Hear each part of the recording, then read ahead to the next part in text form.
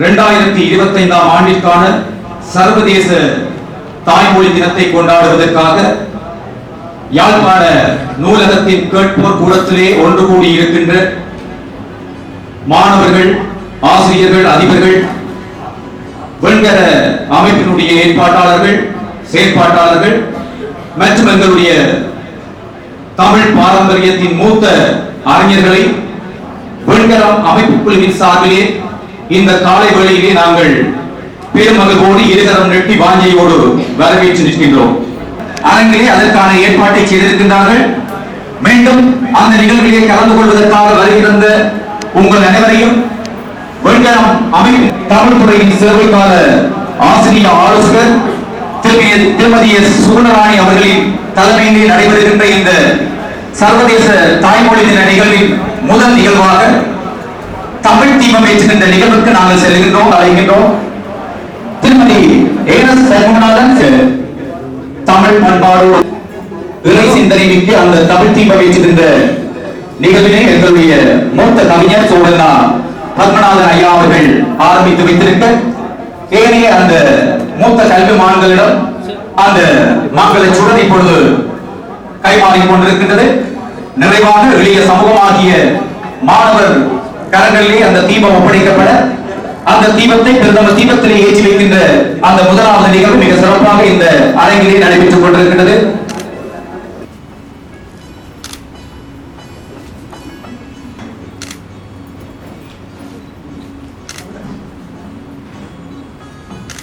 இந்த தமிழ் தீபம் ஏற்றி வைக்கின்ற நிகழ்வுகளில் இணைந்து கொள்ளுமாறு திருமதி கந்ததர்சினி, திருமதி கல்யாணி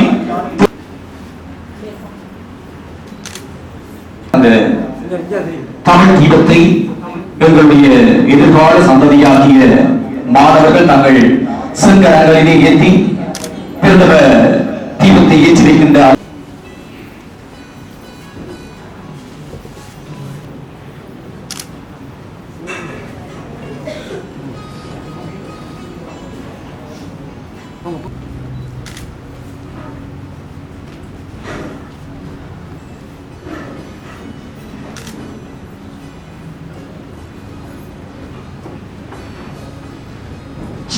கரங்களிலே ஏந்தி சுடரேற்றி மகிழ்கின்ற நிகழ்வுகளை இணைந்து கொள்ளுமாறு எங்களுடைய மூத்த கல்விமான்களை நாங்கள்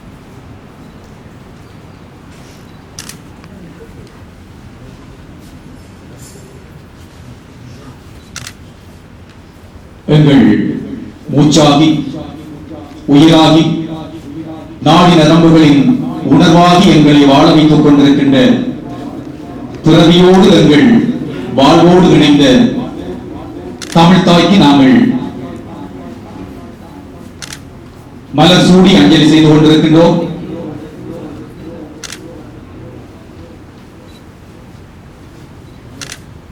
அன்னைக்கு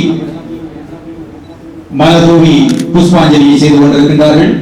மிக சிறப்பான ஒழுங்கமைப்போடு 2025ஆம் ஆண்டிற்கான உலக தாய்மொழிகள் தினம் யாழ்ப்பாண பொது நூலகத்தின் கேட்போர் கூடத்திலே வெண்கலம் அமைப்பின் மிக சிறந்த ஏற்பாடோடு இங்கே நடைபெற்றுக் கொண்டிருக்க தமிழ் தீபம் ஏற்றுகின்ற நிகழ்வும் அதனைத் தொடர்ந்து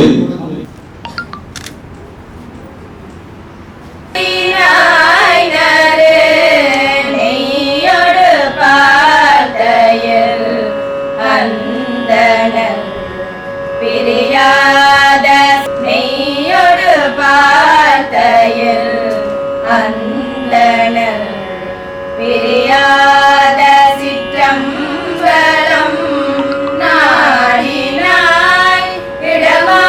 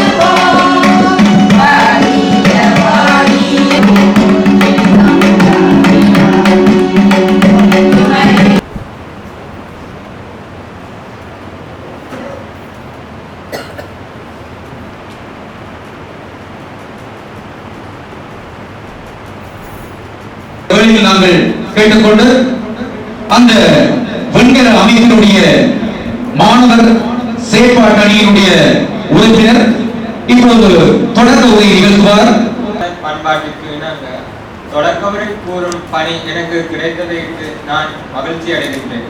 அந்த வகையில் முதற்கண் இந்நிகழ்விற்கு வாழ்த்துறை வழங்கப்பட்டுள்ள திரு சோ பத்மநாதன் ஐயா அவர்களை வரவேற்றுக் கொண்டு அமைப்பு தமிழர் தாயக பிரதேசத்தில் கல்வி பொருளாதார ரீதியாக தேவையுடைய மாணவர்களை இனம் கண்டு இந்த சமூகத்துக்கு ஆரோக்கியமான மனிதர்களை உருவாக்க வேண்டும் என்ற உயரிய இலட்சியத்தோடு செயல்பட்டு வருகின்ற ஒரு அமைப்பு.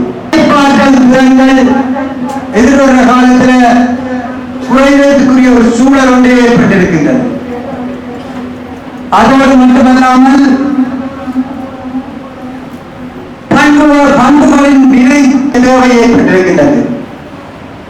அதனால்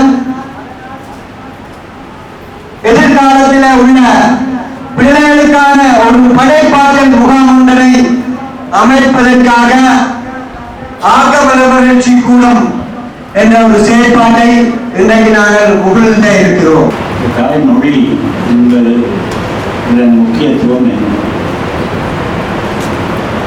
பிள்ளை முதல் பேசுகிறது தாய்மொழி. அரைக்காலமையார் சொன்னார், பிறந்து மொழி பயிர் என்பெல்லாம் சிறந்து சேவையே பிறந்த பிறகு மொழி பயிர் இல்லை. உங்கள் அனைவரையும் அன்போடு வரவேற்று தமிழால் வணக்க உரைத்து என் தலைமை உரையை தொடர்கின்றேன். இந்த தமிழ் மொழி திருவிழா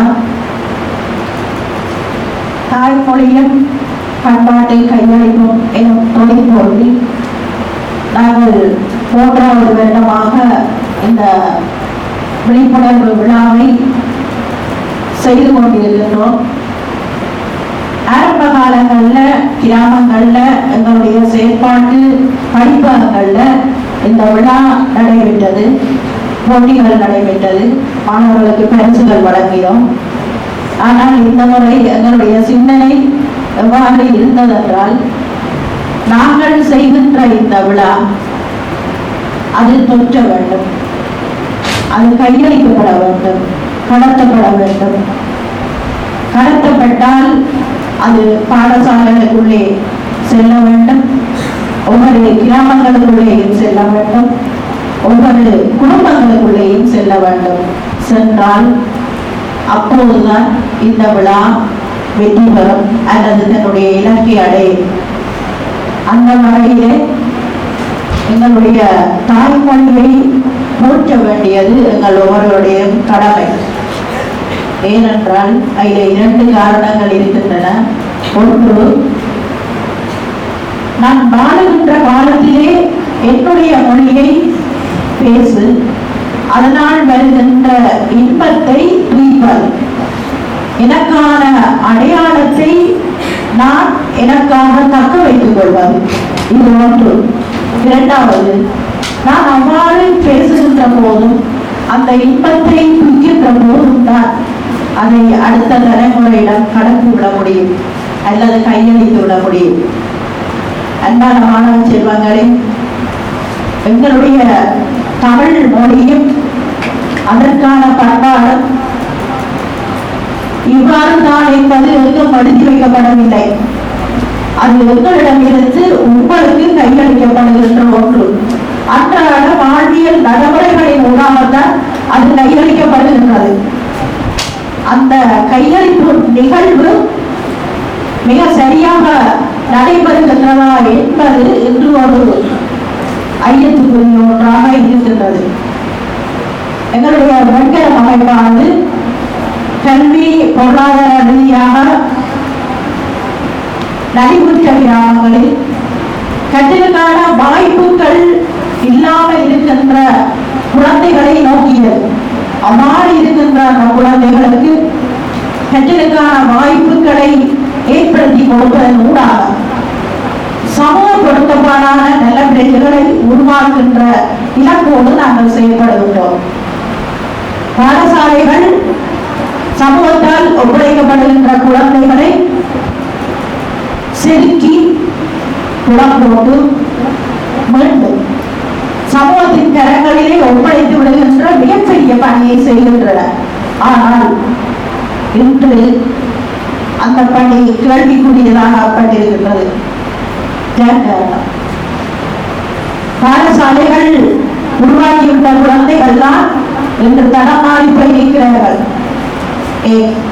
இந்த கேள்விக்கு நீங்கள் தான் விடை சொல்ல வேண்டும். யார் குற்றம்? எங்கே குற்றம்? பாடசாலைகளில் அதிபர்களின் ஆசிரியர்களின் கைகள் கட்டப்பட்டு போயிருக்கிறது. கட்டப்பட்ட கைகள் அதுக்கானவரை எங்களுடைய சமூகம், எங்களுடைய எளிய சந்ததி தொடர்ச்சியாக அழிவின் விளிம்பிற்கு சென்று கொண்டே இருக்கும் என்பது நாங்கள் நிதர்சனமாக காணுகின்ற உண்மை. குடும்பங்கள் தங்களுடைய கடமைகளை செய்ய தவறுகின்ற போது ஆசிரியர்கள் மீதும் அதிபர்கள் மீதும் கல்வி நிலையங்கள் மீதும் கல்வி நிறுவனங்கள் மீதும் குற்றம் சாட்டி பயனில்லை. ஒன்றை மட்டும் நாங்கள் எல்லோரும் உணர்ந்து கொள்வோம். நாங்கள் இங்கே இருக்கின்ற எல்லோரும் பெரியவர்கள் எல்லோரும் எங்களுடைய ஆசானிடம் அடி வாங்கி படித்தவர்கள், எத்தனையோ தண்டனைகளை அனுபவித்தவர்கள். ஆனால் நான் நினைக்கின்றேன், நாங்கள் பாடசாலையில் அடி வாங்கினால் வெளியிலே போய் சொல்ல மாட்டோம். வேண்டும் அங்கே எங்களுக்கு தண்டனை கிடைக்கும். ஆகவே நாங்கள் அதுக்காக குறுகி போவோம். ஒரு ஆசிரியரிடம் பேச்சு வாங்கினால் குறுகி போவோம், பயப்படுவோம். உங்களுக்கு தெரியுமோ தெரியாது, நாங்கள் கிராமத்து வீதிகளிலே நடந்துதான் போவோம். பாடசாலைக்கு நடந்து சென்று படித்த சந்ததி நாங்கள் மட்டும்தான். வழியிலே ஒரு ஆசானை கண்டால் பயம், ஒரு குணப்படியும் செய்யவில்லை. ஆனால் நேரே சந்திப்பதற்கு ஒரு அச்சம், ஒரு பதட்டம். அது இன்று இருக்கிறதா? எங்களுடைய ஆசானை காணுகின்ற போது எங்களுக்குள்ளே ஒரு பதட்டம், ஐயோ சேர்வார, ஐயோ மிஸ்வார என்கின்ற அந்த அது எங்களை உருவாக்கியது, எங்களை புறம் போட வைத்தது. அது இல்லாமல் போனதுக்கு ஏன் காரணம்? எங்கே இருக்கிறது தவறு? தயவு செய்து இந்த சிந்தனையை உங்களிடமே விட்டு விடுகிறேன். இன்றைய எங்களுடைய இந்த விழாவிலே நீங்கள் ஒரு விடயத்தை கண்டிருப்பீர்கள். நாங்கள் யாருக்கும் மாலைகள் போடவில்லை, பொன்னாடைகள் போட்டவில்லை. இது எங்களுடைய தமிழ் பாரம்பரியம். இந்த பாரம்பரியம் உங்களிடம் தொற்றிக் கொள்ள வேண்டும். தமிழன் எளிமையோடு வாழ்ந்தவன், தமிழன் உழைத்து வாழ்ந்தவன். இது எங்களுடைய இனத்துக்கான ஒரு அடையாளம். தொலைத்து விட்டோம். நாங்கள் உங்களிடம் அதை கையளிப்பதற்கு மறந்து விட்டோம் அல்லது முடியாமல் இருக்கிறது. ஒன்று, இந்த மொழியும் பண்பாடும் எங்களுடைய மூதாதையரிடம் இருந்து எங்களுக்கு கடத்தப்பட்டது. அந்த மொழி பேசுகின்ற போது அது எங்களுக்கு ஒரு புலனாகிலத்தை தருகின்றது. இது எங்களுடைய வாழ்வு, இது எங்களுடைய பண்பாடு, இது எங்களுக்கான அடையாளம், எங்களுடைய முகவரி, எங்களுக்கான உரிமை. ஒன்றை உணர்ந்து கொள்வோம். ஒரு இனத்தை அழிப்பதற்கு எந்த விதமான ஆயுதமும் தேவையில்லை, ஒரு ஆயுதமும் தேவையில்லை. அவருடைய மொழியை அழித்து விட்டால் அந்த இனம் தானாகவே அழித்து போய்விடும். அந்த நிகழ்வு தற்போது எங்களுடைய ஈழத்தில் மிக அழகாக அரங்கேறிக் கொண்டிருக்கிறது. மிக வருந்தத்தக்க விடயம். இனம் ஒன்றின் அடையாளம், இனம் ஒன்றின் நிலம், இனம் ஒன்றின் பண்பாடு எல்லாமே மொழிக்குள்ளே தான் இருக்கிறது என்பதை நாங்கள் மறந்துவிடவோ முடியாது. எங்களுடைய தமிழ் மொழிக்கு பல தனித்துவங்கள் உண்டு. அது ஆரம்ப காலங்களில் ஒரு சிற்றறிவியாகத்தான் இருந்தது. இந்த தமிழ் மொழியோடு வடமொழி என்கின்ற ஒரு பெரிய ஆறு வந்து கிளக்கிறது. ஆனாலும் தமிழ் மொழி கிளங்கி விடவில்லை. அது அந்த வடமொழியை தனக்குள்ளே வாங்கி கொண்டு தான் ஒரு பேராறாக பிறவாகிட்டு பாய்ந்து சென்றது. பல மொழிகள் வந்தன, பல இன்னல்கள் வந்தன தமிழ் மொழிக்கு. ஆனால் ஒருபோதும் தமிழ் மொழி தன் நிலையில் நின்றும் தளரவில்லை. இன்று வரை, எங்களுடைய காலம் வரை அது பேராகத்தான் ஓடிக்கொண்டிருக்கிறது. அதற்கு ஒரு நீண்ட வரலாறு உண்டு. இது ஆண்ட மொழி. எங்களுக்கு எல்லாருக்கும் தெரியும், சோழ மன்னர்கள் உலகாண்டவர்கள் தங்களுடைய தமிழகம் கடந்து, வடநாடு கடந்து, தமிழகத்துக்கு அப்பால் இருக்கின்ற தீவுகள் எல்லாம் வசப்படுத்தி ஆண்டவர்கள். அத்தகைய ஒரு மொழி, சிம்மாசனம் விட்ட செம்மொழி, இன்று செம்மொழி அந்தஸ்தை பெற்றுக் கொண்ட ஒரு மொழி. அங்கே பேராசிரியர் சொல்லுவார், இந்த இந்து சமுத்திரம் சோழன் நீதி விளையாடிய குளம். அந்த அளவுக்கு படைப்பலத்தோடு ஒரு ஆட்சி மொழியாக இருந்த மொழி. அவ்வளவு பெருமைக்குரியவர்கள் நாங்கள். அந்த பெருமையை நாங்கள் முதலிலே உணர்ந்து கொள்வோம். இந்த பெருமைக்குரிய பேராராய் பிரவாகித்த தமிழ் மொழி என்று எங்களுடைய வழக்கிலே எவ்வாறு இருக்கிறது, அது எங்களுடைய பயன்பாட்டிலே எவ்வாறு இருக்கிறது, எவ்வாறு நேசிக்கப்படுகின்றது. பல வரி சுமந்த வரலாறு எங்களுடைய தமிழ் மொழிக்கு இருக்கிறது.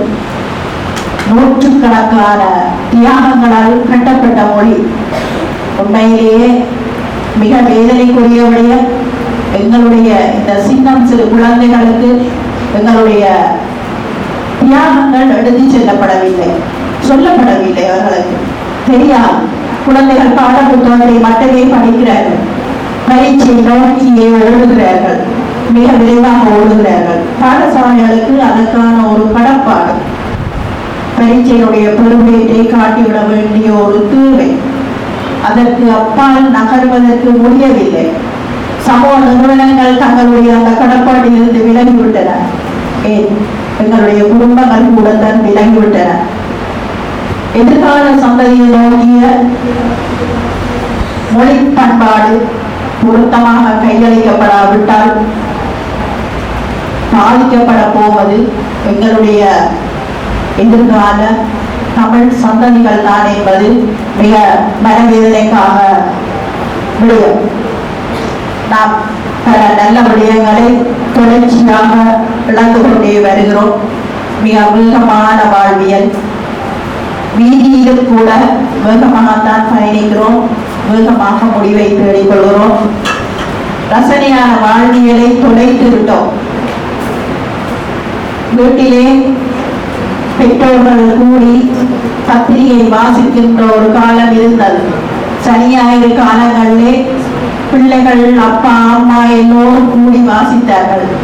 என்று என்ன பத்திரிகை எங்களுடைய ஈழத்தில் வழிவருகிறது என்று சின்ன சிறுவர்களிடம் கேட்டு பாருங்கள், தெரியாது. எங்கே போகிறது எங்களுடைய தமிழ்நாடு? இரண்டாவது விடயம், வீடுகளிலே ஒரு 10 நல்ல நூல்கள் இருந்தன வாசிப்பதற்கு. இன்று 10 செல்போன்கள் இருக்கின்றன. அடுத்தவன் வீட்டிலே என்ன அவியல் என்று பார்ப்பதற்கு. எங்களுடைய வீட்டிலே எத்தனை நல்ல நூல்கள் இருக்கிறது வாசிக்கிறதுக்கு. அப்பா வாசிக்கிறாரா, அம்மா வாசித்தாரா, அல்லது வாசிப்பது போல் நடித்தார்களா? இல்லை. பேரன் பேத்திகள் கூடியிருந்து மகிழ்ச்சியோடு கதை சொன்னார்கள், கதை கேட்டோம். கதை கேட்டு வளர்ந்தது எங்களுடைய சந்ததி. இப்போது கம்ப்யூட்டருக்கு முன்னாலும் தொலைக்காட்சிக்கு முன்னாலும் தொல்லைக்கு போயிருக்கிறோம். கதை தெரியாது. அன்பான மாணவ செல்வங்களே, என்னுடைய ஒரு அனுபவத்தை இங்கே சொல்லிவிட விரும்புகிறேன். மேற்பார்வைக்காக ஒரு பாடசாலைக்கு சென்றிருந்தேன்.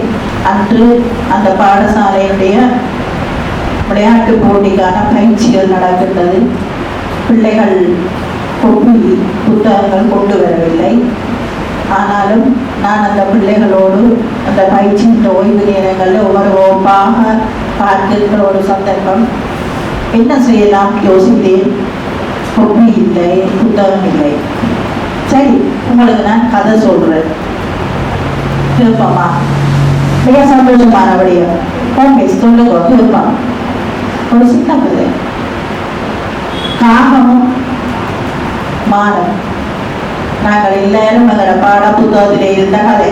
காகமும் மானும் நட்பாக இருந்த கதை. மிக ஆர்வத்தோடு கேட்டார்கள். கதை சொல்லி முடித்து 8ஆம் வகுப்பு. நல்ல கதையா மிஸ், நல்லா இருக்கு, இன்னும் ஒரு கதை சொல்லுங்க. நான் திருப்பி கேட்டேன், இந்த கதையை நீங்க இதுவரையும் கேள்விப்படவே இல்லை.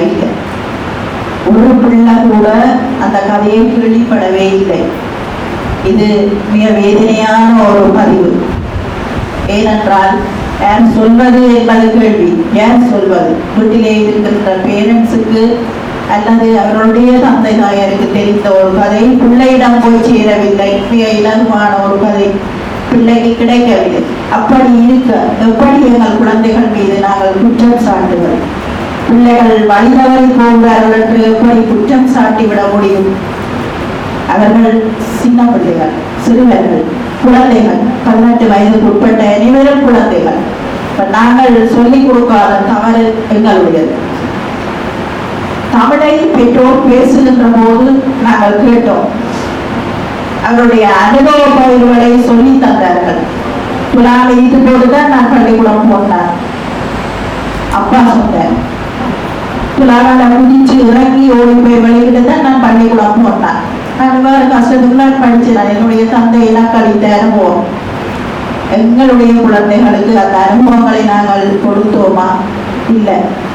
நாங்கள் எங்களுடைய விரைவு வாகனங்களில் ஏற்றிக்கொண்டே எங்கே சேர்க்கணுமோ அங்கே சேர்த்து விட்டு வந்தோம். அவனுக்கு எங்களுடைய கிராமத்து வீதிகளில் நடக்க தெரியாது.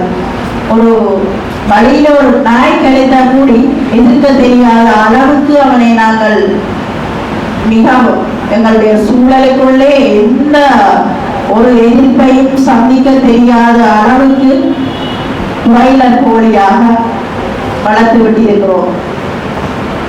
ஆகவே அவன் வழிதவறி போவதில் தப்பில்லை.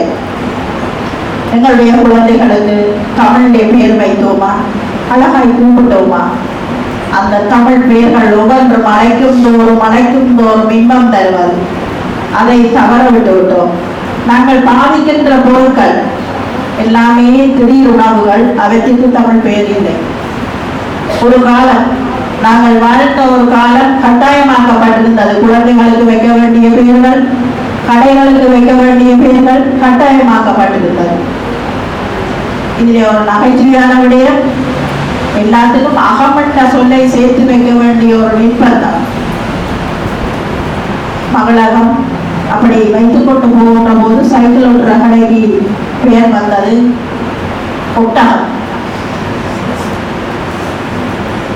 எங்கள் வீட்டிலே சமைத்த உணவுகளை தான் தமிழ் பண்பாட்டோடு நாங்கள் சாப்பிட்டோம். வணங்கியே உண்டோம். பெற்றோரை வணங்கினோம், குருவை வணங்கினோம். பிறந்த நாள்கள் அவ்வாறுதான் அமைந்தன. ஆனால் இன்றைக்கு நாங்கள் நள்ளிரவு 12 மணிக்கு நித்திரையால் எழும்பி வெளியால இருக்கிற மோட்டார் சைக்கிள்ல வச்சு கேக் வெட்டி விளக்க ஊதி நூற்று எங்களோட தமிழ் பண்பாட்டை குழி தோண்டி புதைச்சி வச்சுட்டு இருக்கிறோம். எங்களுடைய பண்பாட்டிலே விளக்கு ஏற்றுவதுதான் பண்பாடு. விளக்கை நூற்பது ஒரு அமங்கல நிகழ்வாக இருந்தது. இது எங்களுடைய எளிய சந்ததியில் கடத்தப்பட்டதா என்பது கேள்விக்குறி. ஆகவே எங்களுடைய பண்பாட்டையும் மொழியையும் சரியாக எங்களுடைய குழந்தைகளுக்கு கையளித்து அவர்களை சரியான திசையில் செலுத்த வேண்டியது எங்களுக்கான கடமை. அது எங்களுடைய சந்ததியினாக செய்ய வேண்டிய ஒரு மிகப்பெரிய பொருள். ஆகவே இந்த விழாவிலே உங்களிடம் தமிழ் பற்றி தமிழுக்கான ஒரு உணர்வை தொட்டுவிட்டிருக்கிறோம். அந்த உணர்வு உங்களிடம் வர வேண்டும். அது வருவதன் ஊடாக இது உங்களுடைய வீடுகளுக்கும் பாடசாலைகளுக்கும் கிராமங்களுக்கும் எடுத்து செல்லப்பட வேண்டும். இன்னும் ஒரு முக்கியமான விடயம், எங்களுடைய பாடசாலைகளிலே குறித்த ஒரு பகுதி குழந்தைகள் எழுத வாசிக்க தெரியாமல் இன்று வெளியேறிக் கொண்டிருக்கிறார்கள். 11 வருடங்கள் பாடசாலையிலே படித்த குழந்தை ஒன்று எழுத வாசிக்க தெரியாமல் வெளியேறுகிற குற்றத்தை யார் மீது சுமத்தலாம் என்ற அந்த கேள்வி நான் சொல்வேன். அந்த குடும்பங்கள்லாம் அந்த பெற்றோர்தான் இதற்கு 100% பொறுப்பை ஏற்றுக்கொள்ள வேண்டும். அந்த பொறுப்பிலே இருந்து நீங்கியதன் பாதிப்பு எங்களுடைய குழந்தைக்கானதாக மாறிவிட்டது. எனவே எங்களுடைய எழுத்தறியற்ற இந்த குழந்தைகளின் உருவாக்கத்தில் நாங்கள் ஒவ்வொருவரும் சிந்திக்க வேண்டும். புலம்பெயர் தேசங்களில் அந்த மொழியை பேசவும் எழுதவும் தெரிந்தால் மட்டுமே அந்த நாட்டினுடைய பிரஜா உரிமை வழங்கப்படுகிறது. அப்படி பார்த்தால் எங்களுடைய குழந்தைகளை எங்கே நாடு கடத்துவது? தங்களுடைய மொழியை பேசவும் எழுதவும் தெரியாது. அங்கே கட்டாயமாக்கப்பட்டிருக்கிறது. ஒரு குழந்தை தன்னுடைய தாய்மொழியிலே தான் அழகாக சிந்திக்க முடியும் என்பது அங்கே சொல்லப்பட்டிருக்கிறது. அன்பான மாணவ செல்வங்களே, பொதுவாக நான் எந்த உரை நிகழ்த்துவதற்கு போகிற பொழுது ஒரு தயாரிப்பு கொண்டிருக்கு. ஆனால் அந்த கூட்டத்தினுடைய போக்கு அல்லது கூட்டத்திலே பேசப்படுகின்ற விடயங்களை ஒட்டி அது ஒரு இன்னொரு நிகழ்ச்சி பிரதியாக மாறும். நாம் தயாரித்து வந்ததை அப்படியே சொல்வது அது ரொம்ப கஷ்டம். ஏனென்றால் வந்திருப்பவர்கள் எவ்வாறான புலங்களோடு இருக்கிறார்கள், எவ்வாறான மதிக்கு உள்ளாக்கப்பட்டிருக்கிறார்கள் என்பது கவனிக்கப்பட வேண்டிய விடயம். இங்கு பேசியவர்கள் பலர் தாய்மொழியை பற்றி சொன்னார்கள். சந்தோஷம், சிறப்பு. நான் அதை பற்றி அதிகம் பேசணும் என்றது அவசியம் இல்லை.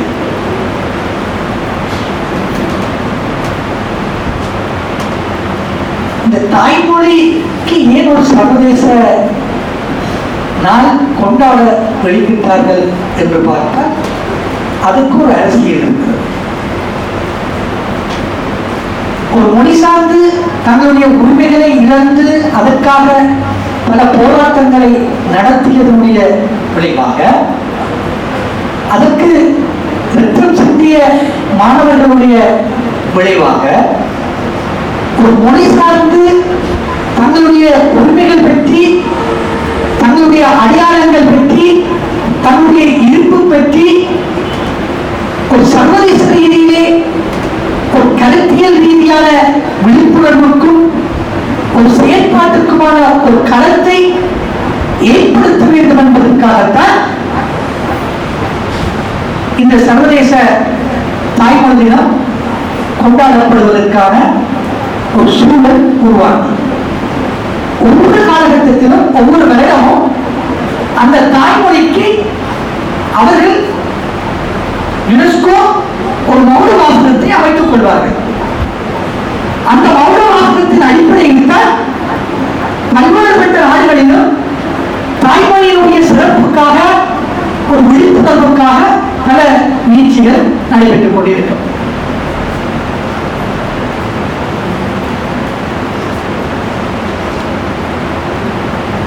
இந்த தாய்மொழி விழிப்புணர்வு வருவதற்கு முன்னரே இலங்கை, இந்திய போன்ற நாடுகளில், குறிப்பாக நான் இலங்கையை மையமாக வைத்து சொல்ல விரும்புகின்றேன். 1920களில் எங்களுடைய நவீன அரசு உருவாக்கம், ஒரு நவீன கல்வி மரபும் அதனுடைய எழுச்சிகளோடு அதில் இலங்கையிலேயே இந்த யாழ்ப்பாணத்திலே தான் ஒரு இயக்கபூர்வமான செயல்பாட்டுக்கான களம் ஆரம்பிக்கப்பட்டது.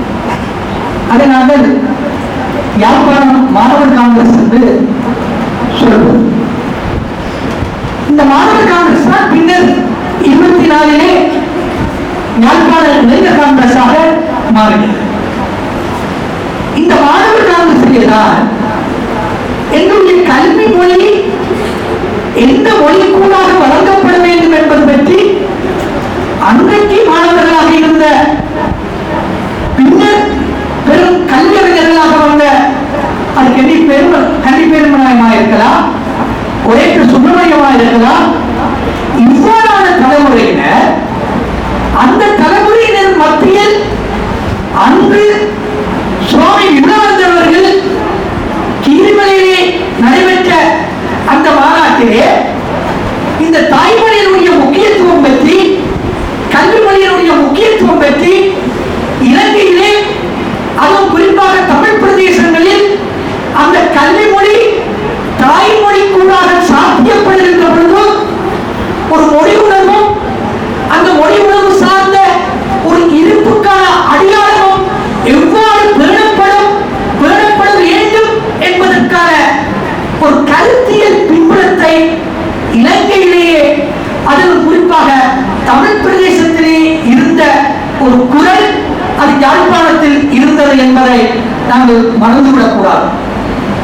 அது மட்டுமல்ல, இலவச கல்வி நாம் இன்று பேசுகின்றோம். இலவச கல்வி கண்ணகிராவுடைய உபயத்துக்குள்ளாக இலங்கையில் பரப்பப்பட்டதாக நாங்கள் நினைக்கின்றோம்.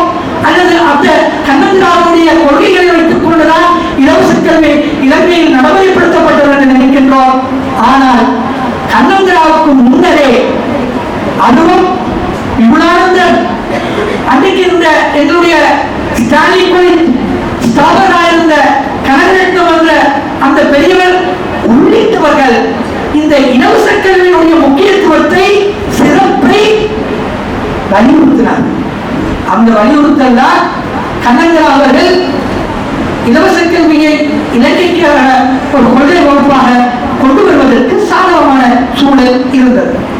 ஆனால் வரலாற்றிலே அது எங்களுடைய கல்விப்புலமாக இருந்தாலும் சரி, வரலாற்று துறையாக இருந்தாலும் திரும்ப கண்ணகிராதான் இலவச கல்வியின் தந்தை தந்தை தந்தை என்று சொல்லிக் கொள்கின்ற ஒரு அவலம் இருக்கிறது என்பதை நாம் புரிந்து கொள்ள வேண்டும்.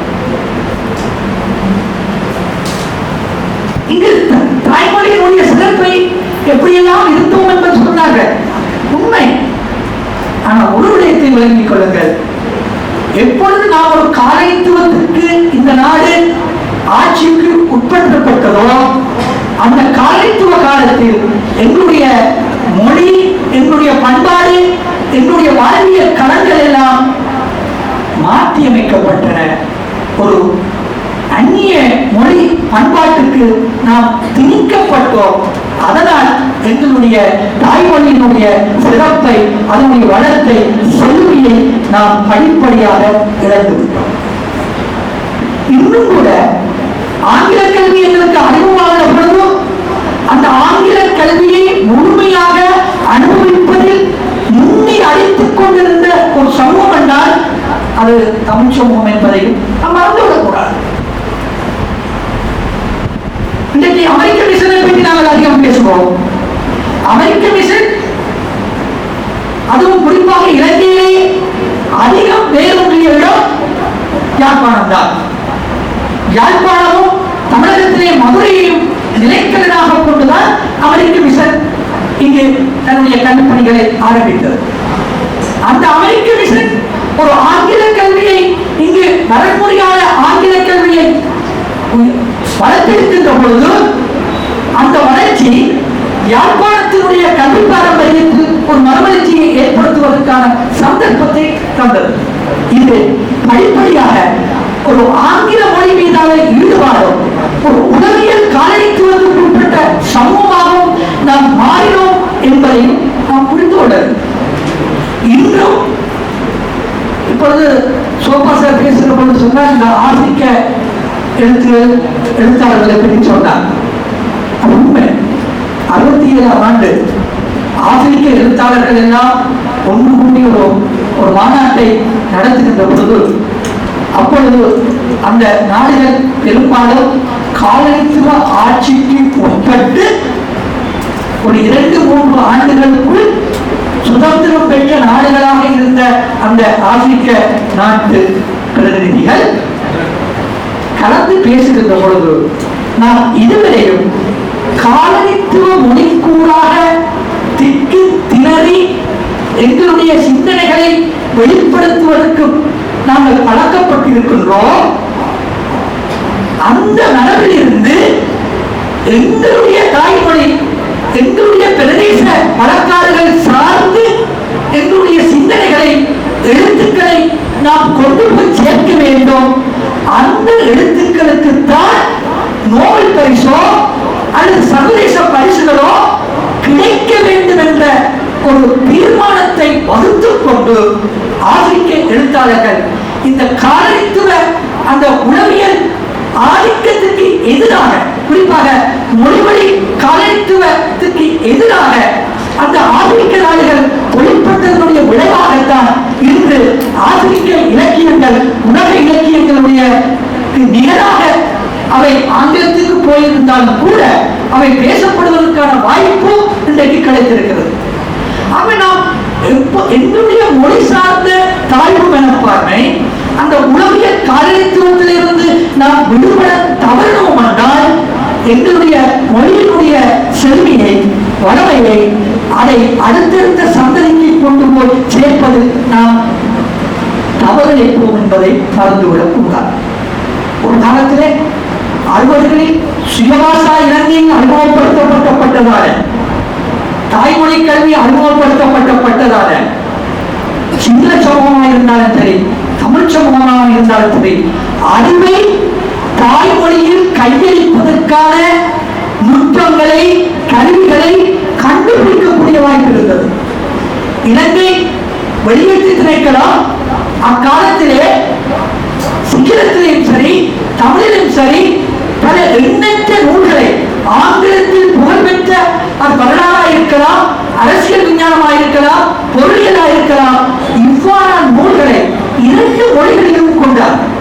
அந்த 2 மொழிகளிலும் கொண்டு வந்த காரணத்தினால் 2 சமூகங்களும் தாய்மொழி சார்ந்து இயங்குவதற்கான ஆற்றலையும் அதற்கான செலவு கூறுகளையும் கொண்டிருந்தது.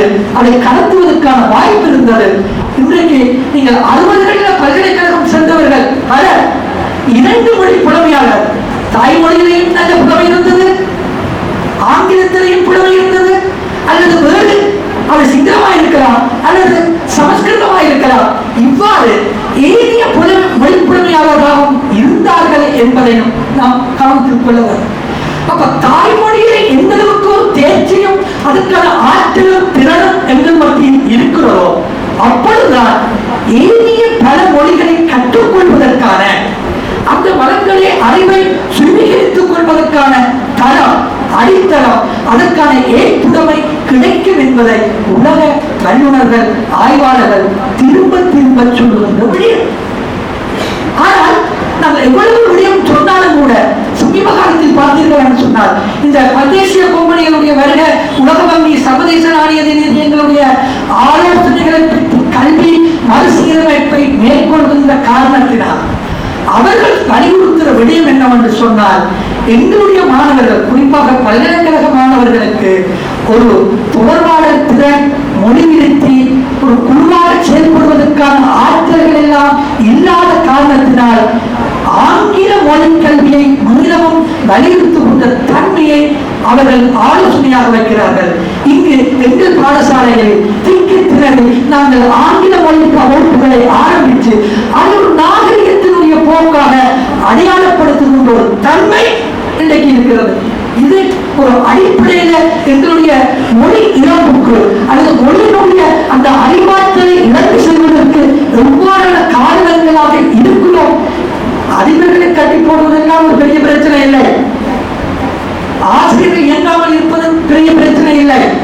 எங்களுடைய கல்விக் கொள்கை இலங்கையினுடைய மத்திய அரசாங்கத்தினுடைய கல்விக் கொள்கையாக இருப்பதால் அந்த மத்திய கல்விக் கொள்கையை வடிவமைப்பது இலங்கை அரசு மட்டுமல்ல, அரசுக்கு அப்பாலான கண்ணுக்கு புலப்படாத ஒரு மேற்கு நாட்டு நலன்களோடு கூடிய சர்வதேச நிதியம் உலக வங்கியினுடைய அந்த ஆலோசனையினுடைய பேரில் தான் இன்றைக்கு மறுசீரமைப்பு தொடங்க போகுது. அது இப்போ கொடுக்க வந்திருக்கக்கூடிய கல்வியாளர்களும் அதைத்தான் கொண்டு வரப்போகிறார்கள். இப்ப நாம இதை ஒரு டிஜிட்டல் மயப்படுத்தி விட்டால் கல்வியில் ஒரு பெரிய தாக்கத்தை ஏற்படுத்தி விடுவோம் என்று நினைக்கிறோம். ஆனா அது ஒரு அம்சம், அது ஒரு வழி. அதாவது பல்வேறுபட்ட அணுகுமுறைகளில் டிஜிட்டல் மயப்படுகின்ற ஒன்று. ஆனா டிஜிட்டல் மயப்படுத்துவது மட்டுமே எங்களுடைய கல்வியினுடைய பெறுபவர்களை கல்வியின் கூடாக நாம் ஒரு மனித அறிவார்ந்த சமூகத்தை உருவாக்குவது வந்து விடுவோம் என்பது கேள்விதான். அப்ப நாங்கள் எந்த அளவுக்கு தொழில்நுட்பத்தினுடைய அடிமத்தனத்துக்கு உள்ளாகுவோமோ அது இப்ப இன்னைக்கு செயற்கை நுண்ணறிவு வந்து வருகிறது. செயற்கை நுண்ணறிவை நாம் எப்படி பயன்படுத்துவோம் என்பது பற்றிய ஒரு ஆக்கப்பூர்வமான செயல் திட்டம் உங்களுக்கு இருக்க வேண்டும். நாங்கள் அதையே எப்படி ஒரு காலத்திலே ஆங்கில கல்வியை ஒரு மோகமாக நினைத்தோமோ அதே அதே மாதிரி நாங்கள் செயற்கை நுண்ணறிவையும் ஒரு மோகமாக அல்லது டிஜிட்டலைஸ் பண்ணக்கூடியதையும் ஒரு மோகமாக நினைத்தோம் என்றால் அதுக்கூடாக நாம் தமிழ் சமூகம் தன்னுடைய இழப்பை சந்திப்பது வெகு தூரத்தில் இல்லை. அடுத்தது ஒரு முக்கியமான ஒரு விஷயம், இந்த தமிழ் மொழி அழிந்து போகின்ற மொழிகளில் ஒன்று தமிழ் மொழி என்ற ஒரு கருத்து பரவலாக இருக்கிறது. இது ஒரு தவறான கருத்து. அபாயத்தை சந்திக்கக்கூடிய அன்றைக்கு 93 அல்லது 94 என்று நினைக்கின்றேன் பிரான்ஸ் நாட்டிலே இந்த யுனெஸ்கோ கல்வி பிரிவினர்கள் சந்தித்து உரையாடுகின்ற பொழுது பல்வேறுபடுத்த நாடுகளில் இந்த மொழி குடும்பங்கள் மொழிகளுடைய அந்த பயன்பாட்டு நிலையிலே அவர்கள் எதிர்காலவியல் நோக்கிலே ஒரு 50 வருடத்தில் என்ன நடக்கும், ஒரு 100 வருடங்கள்ல என்ன நடக்கும், இப்படியெல்லாம் சிந்திக்கின்ற பொழுது ஒரு அபாயங்களை நோக்கி காலடி எடுத்து வைக்கக்கூடிய மொழிகளில் தமிழ் மொழி உள்நுழைவதற்கான ஆபத்து இருக்கிறது என்பதுதான் அங்கு சொல்லப்பட்டது. பிள்ளைகளே, தயவு செய்து விளங்கிக் கொள்ளுங்கள். தமிழ் மொழி ஒன்றும் அழியாது.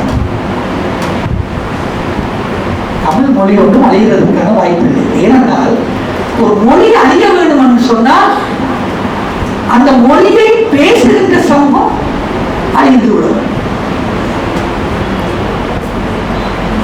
ஒரு பிபிசியிலே ஒரு 10 வருடங்களுக்கு முன்னே ஒரு சிறப்பு ஒரு காட்சிப்படுத்தல் ஒரு உரை சித்திரம் தயாரித்தார்கள். மாலத்தீவிலே ஒரு மூதாட்டி 98 வயதிலே இறந்து போனார். அந்த 98 வயதிலே இறந்து போன பொழுது அந்த தலைப்பு ஒரு மொழியின் மரணம் என்று பெயர் வைக்கப்பட்டது. ஒரு மொழியின் மரணம். ஏனென்றால் அந்த அம்மா சாகிற பொழுது அவருக்கு 4 வருடங்களுக்கு முன்னே ஒரே ஒரு சகோதரி இருந்தாங்க. அந்த 2 பேரும் தான் அந்த குறிப்பிட்ட மொழியை பகிர்ந்து கொள்ளக்கூடிய, இந்த அம்மாவும் அந்த சகோதரியும் தான் பகிர்ந்து கொள்ளக்கூடிய நிலை இருந்தது. அப்ப இந்த அம்மா அவங்க 4 வருடங்களுக்கு முன்னர் சகோதரி இருந்த பொழுது இந்த அம்மாவுடைய அந்த நினைவுகள்ல அவங்களுடைய இருக்கக்கூடிய அந்த உணர்வுகளை மொழிக்கூடாக பதிவு செய்து வைப்பது என்பது ஒரு மொழியை காப்பாற்றுவதற்கான செயல்முறைகளில் பிரதானமானது என்று அந்த பிபிசிக்குள்ளாக அந்த மொழியியல் கழகம் அதை பதிவு செய்தது. அப்பொழுது அவர் இறந்ததற்கு பின்னர் அது ஒரு மொழி மரணம் என்று தலைப்பிட்டார்கள். அப்போ ஒரு நபர் இறக்கிற பொழுதுதான் ஒட்டுமொத்தமாக அந்த சமூகம் இறந்து ஒரு 4-5 பேர் இருந்து அதில் ஒருவர் முற்றுமுள்ளாகவே இறப்பதற்குள்ளாக அந்த மொழி பேசுகின்ற சமூகம் முழுமையாக இறக்கிற பொழுதுதான் மொழி இறக்கும். அந்த மொழி பேசுகின்ற சமூகம் இல்லாமல் போகும். ஆகவே இதை நம்ம ஒரு பள்ளி மாதிரி சொல்லி இழந்ததையும் சரி நம்ம சரியாக வழிநடத்த கூடாது. ஆனால் மொழிக்கு பலர் பேசுவார்கள், நான் மொழிக்காக உயிர் கொடுப்பேன் என்று பேசுவார்கள். பலர் பேசுவார்கள். தமிழ்நாட்டிலேயும் சரி, சில இடங்களில் என்னுடைய மேடைகளிலேயும் சரி அதிகமாக உணர்ச்சி வசப்பட்டால் ரொம்ப மொழிக்காக நான் உயிர் கொடுப்பேன் என்று பேசுவார். ஒரு பெரிய பேராசிரியர் இருந்தால் அவர் இப்படி பேசுகின்ற பொழுது ஒரு கலந்துரையாடலை சொன்னார். அவர் பலரும் பேச்சை கேட்டு விட்டு அதில் ஒரு தொகுப்புரை முன்வைக்கிற பொழுது சொன்னார், இவ்வளவு பேரும் நீங்கள் உயிரை கொடுப்பதாக பேசுகிறீர்கள், சந்தோஷம், மகிழ்ச்சி. நீங்கள் உயிரை கொடுப்பதால் மொழி வளருமா, தக்க வைக்க முடியுமா என்பதை பற்றி ஒரு பகுத்தறிவு ரீதியாக யோசித்து பார்த்தீர்களா என்று கேட்டார். அப்ப அவர் சொல்லி திருத்தம் என்ன சொன்னார்னா, நீங்க யாரும் மொழிக்காக உயிர் கொடுக்க வேண்டாம், மொழிக்கு உயிர் கொடுக்க முடியுமா என்று சிந்தித்து பாருங்கள். மொழிக்காக யாரும் உயிர் கொடுக்க வேண்டாம், மொழிக்கு உயிர் கொடுக்கிறது.